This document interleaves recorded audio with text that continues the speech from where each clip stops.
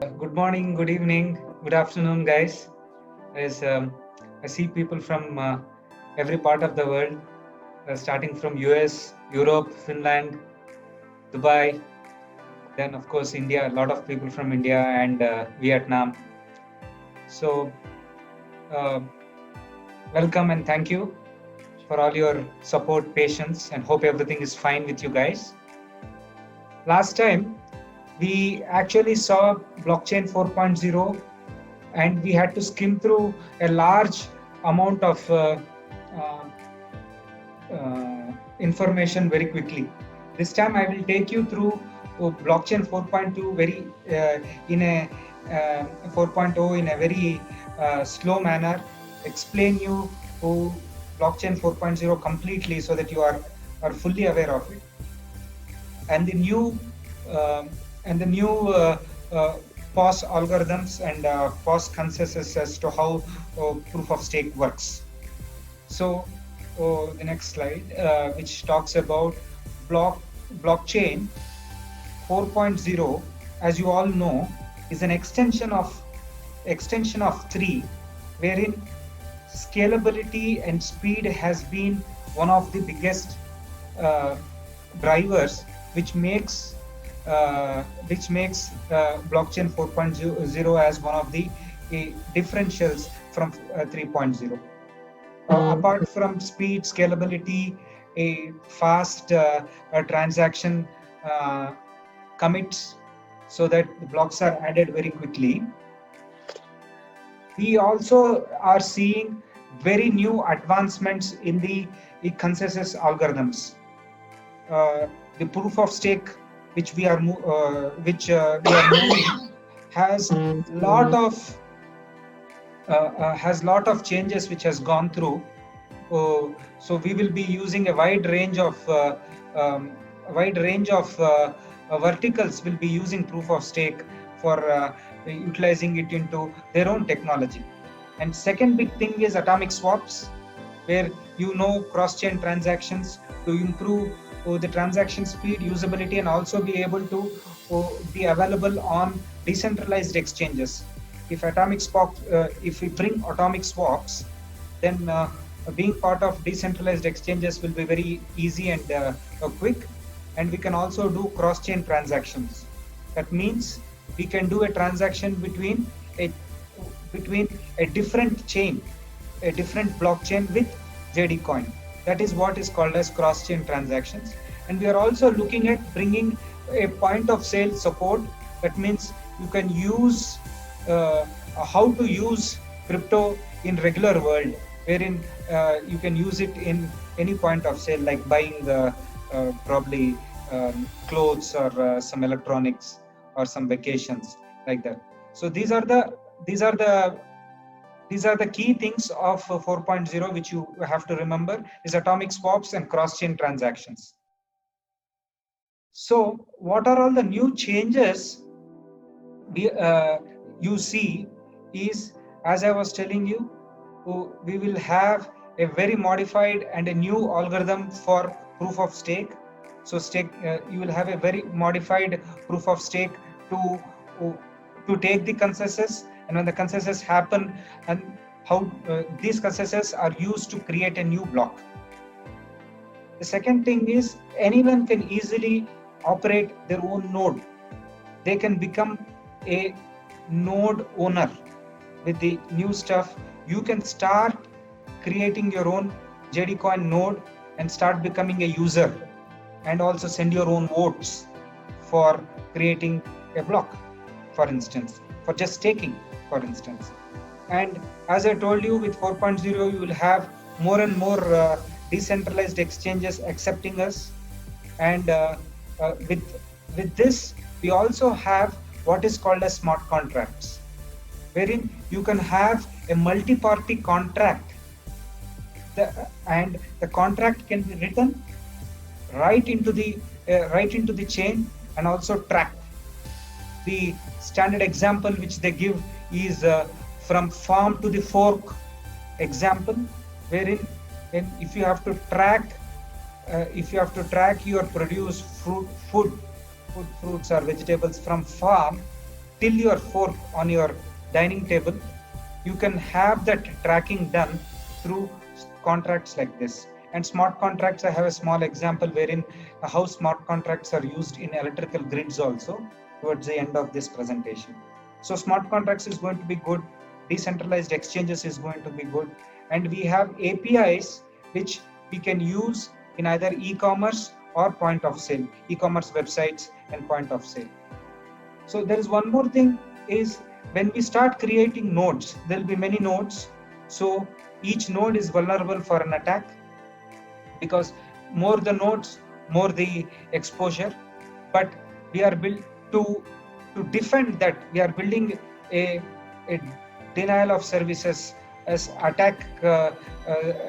We are building a shield which will provide you with a security layer to protect your node when you create a node. That's what is distributed denial of services defense shield. So the next slide will show you. I want to talk about generally why we are moving from POW, that is proof of work, mining and all that stuff, to proof of stake. Why are we moving that? We are moving that to accommodate the future applications. We are moving to get into decentralized exchanges. We are moving there so that there is more usage of the chain itself. But apart from that, the biggest benefit is we will be using less electricity. We don't need mining anymore. Mining, which usually takes a lot of power, is no more required. And when mining is not required, when there is no electricity required, then the transaction fees cannot be that high. We can reduce the transaction fees. If someone has to transfer or JD coin from one exchange to other exchange or one place to the other place, buying and selling, the transaction fees need not be high because you are not spending so much electricity. So there is a good thing that we can also burn a part of the transaction fee. You all know what is burning of a coin. That means the coin is when you burn a coin, the supply becomes less, the value of the coin becomes more. When you have 100 coins and you burn one coin, so it becomes 99 coins. That means the supply has come down. So the value, when the supply comes down, the value comes up. So the two big benefits which you can understand is you need not pay high transaction fees, and you can also burn a part of the transaction fees. That is the second big benefit, which is actually, I think, a primary big benefit, but electricity being the biggest consuming part of POW, we put that as the biggest benefit. The third benefit is when you have mining, there is a big chance of the 51% attack, which many of you know what is a 51% attack from last time. Is if 51% of the miners are from the same pool, then they can add or delete a block in the chain and they can just validate wrong transactions. If a miner can do 51%, if someone can get hold of 51% of the mining hash bar, which was a big fear in proof of work. With proof of stake, you don't have to worry about that attack at all. This attack can absolutely not happen, because you need to have someone who wants to attack that needs to have 51% of the stake, because he has to stake so many coins, and no one would have 51% of the whole supply, as you guys know about it. So these are these three major benefits of proof of stake. Now coming to the proof of stake, again I want to educate you with the proof of stake with one and two more slides, just as to understand. There are many proof of stake algorithms, the consensus algorithms, out of which the naive proof of stake is just a plain vanilla one. The delegated proof of stake, which I will talk to you in very detail, is how you delegate your stakes to voters, and those voters will vote on behalf of you. And there is one thing called as chain-based proof of stake, And there is also one thing called as BFT style proof of stake. I will explain you chain based and BFT based style of proof of stake so that you can understand what is the difference. And delegated proof of stake I'll explain you in greater detail. So the next slide, and as I told you, JD Coin will be using modified delegated proof of stake. Now coming to these two things as a knowledge point, chain based proof of stake and BFT based proof of stake. Though there is a small difference, you guys have to understand the in a chain based proof of stake, what happens is the staking algorithm will select the validator on a random basis on each time slot. Suppose a block is added to the chain once in every 30 seconds, for instance. When a block is added to the chain once in every 30 seconds, the transactions have to be validated. So, how will the validators be selected? In the old traditional way, the guy who stakes the maximum coins would get the validating rights.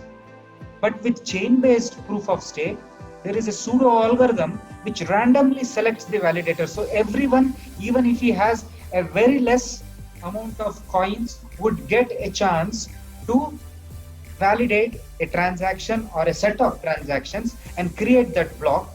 And the block will be added to the previous block, but usually to the longest chain available. Suppose the block will be added to the longest chain.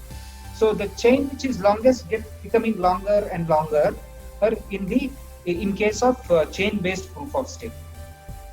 But if it is in the BFT-based proof of stake, what happens is the randomicity is still maintained by the algorithm. That means even with the nodes or users who have lesser coins to stake get a chance to be validator. But what happens is there will be a series of voting rounds. That means it is not just one round of voting for a transaction. There will be a series of rounds, and at the end of all the process, the validators will permanently agree that this is the block, these are the transactions that are going to be in the block, and the block will be added to the chain. So that is the difference. Voting is the difference, and a series of rounds of votings will be done, and it will be added to a chain within the previous one. It need not be the longest chain as compared to the chain-based proof of stake. Now, let us talk the next slide about the delegated proof of stake in very detail. What will happen in delegated proof of stake? It is also nowadays called as DPoS. DPoS is an algorithm wherein what happens is the node owners and users can elect some delegates. That means they can say Mr. X and Y can be part of my block producers, can be part of my voters. So you can actually delegate. So the people are asking if there are any legal documents and all that stuff.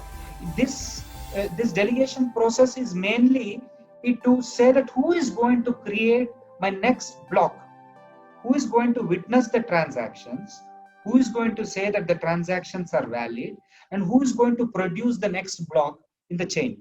And you can delegate this, and the elected delegates will validate these transactions and will also achieve consensus as to all the transactions are right. And see in what happens in a regular POS kind of a thing is the node has all the authority. Here we are giving the authority to a set of other delegates as well to take care of creating a block. I've given you a small example in next slide as to how a consensus for a given block can be achieved, especially when you are doing DOS, but when you are also using sharding, because they all have to work in tandem. Last webinar I've explained how important data sharding is I will touch upon it again as to why data sharding is very important and how a new block is added to a data sharding and why compression is required. As days go by, and as we keep adding blocks to the chain, it is very necessary that every node has to have a complete chain. So what happens is every node inevitably will be holding a very large amount of data. The whole chain will be held in the node, which now slowly starts making the transactions slower because you have to go through the whole chain, and it also means that the storage is being taken away. You have to spend more on the storage. So as part of blockchain 4.0, we are planning that data gets sharded among different shards, means different nodes. Not all data is stored in a node. That means not a full chain is never stored in a given node. But there is a record. There is a set of records which are kept that who holds which chain holds which set of blocks. So if you see the example in the top in the same slide, if you see the example saying that shard 1, the blocks A block, A bar, B bar, C bar and D bar are there. But in shard 2, you have V, X, Y and Z. So why is this? This is because you don't have to keep the whole chain. The data is split among the shards.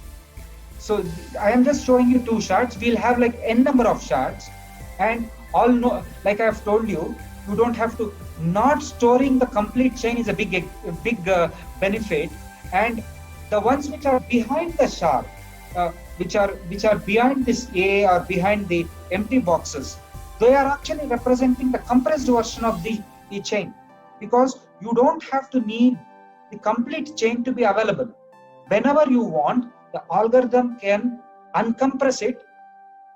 They can uncompress it and go through the chain and can again decompress it back and provide you with the space constraint. That's what I was writing here. Sharding helps in faster transactions.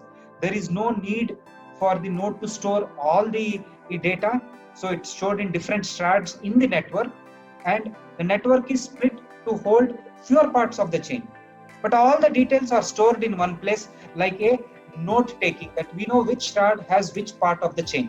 So if there are say 2000 shards, there will be a 2000 entries as to what these shards are storing. You don't have to show everything in one place. And to avoid data corruption, we have about 20%. We are thinking of 20%. We'll experiment with 30 and 40% also. So as to how much data redundancy we can maintain among the shards. And when we have the atomic swaps, and we can easily do, if we can do interchain, we can also do inter-shard transactions also. That means if the block is not there in this shard, we can actually export the block from the next shard also, which is part of the algorithm. Okay, so we are going to the next important thing, again explaining what and how this algorithm deals with sharding and compression. So why are they going hand in hand? Is both are trying to save on space. Both help in saving the space. Compression, actually a combination of data compression, which compresses large data into small, and sharding, which is keeping different parts of the chain in different nodes, will give you about 10x benefit in the transaction processing speed and 10x in the security also. Because if a node gets hacked, we can rebuild the node with the redundancy in the data. And old transactions which are part of the chain need not be in a uncompressed format. We will have an algorithm which will say, like for instance, any block which is more than say 20 months old, we will predefine the age of the block, which is, I'm just saying 20 months, it can be 8 months old, will be defined by the protocol, and the protocol will compress this block, and it will also catalog the block, saying that how much of it has been compressed, so that the catalog maintains it. And then it also keeps track of all the sharding which is happening on the non-compressed blocks. There are blocks which are not compressed because they are not that old. So the sharding happens on multiple nodes based on set of rules as to which node can hold how much of compressed blocks and how much of uncompressed sharded blocks. And whenever decompression is required, which is of course rare, which sometimes happens if there is a corruption in the chain, or if the chain has to recalibrate. That means if the chain has to be rebuilt, if the blocks have to be rebuilt, we have to uncompress the blocks, check on each of the hashes, and build the blocks, and we can again compress them. So whenever it is required, though it is very rare, we still have this ability to automatically decompress and build the chain whenever it is possible, whenever it is required, and this is also possible.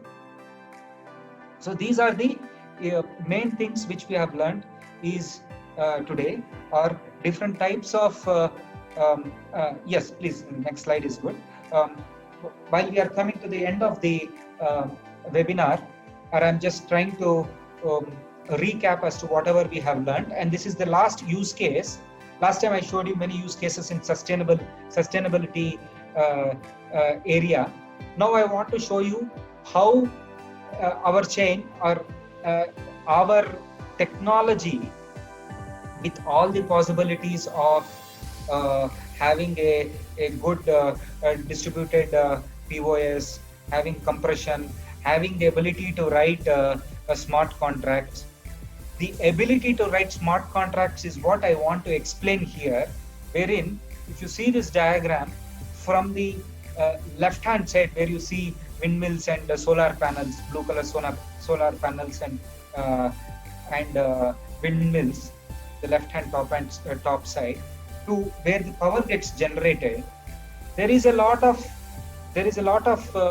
presence of blockchain there to automatically control a decentralized renewable energy.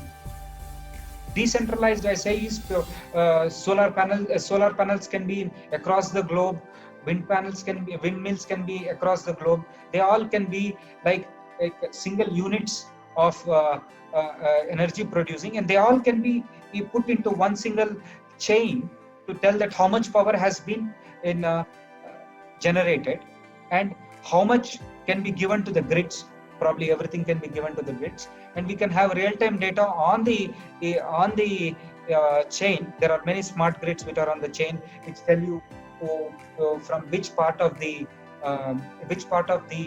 generation production and this particular amount of power has come. So I start from production to energy grids. Then there is a lot to happen on the power trading, like how we trade coins. Power can also be traded, and peer-to-peer trading can happen. Virtual markets of the power trading can happen, and distribute and use of those powers, distribution and consumption of that powers in the those renewable powers at our factories and homes. So I wanted to say that we can use in every aspect of power. Energy was one example this time I took. So power production, power trading, like buying and selling of power, distribution of power, and consumption also. So we can be there using smart contracts in all these four places. So this comes to an end of my my slides.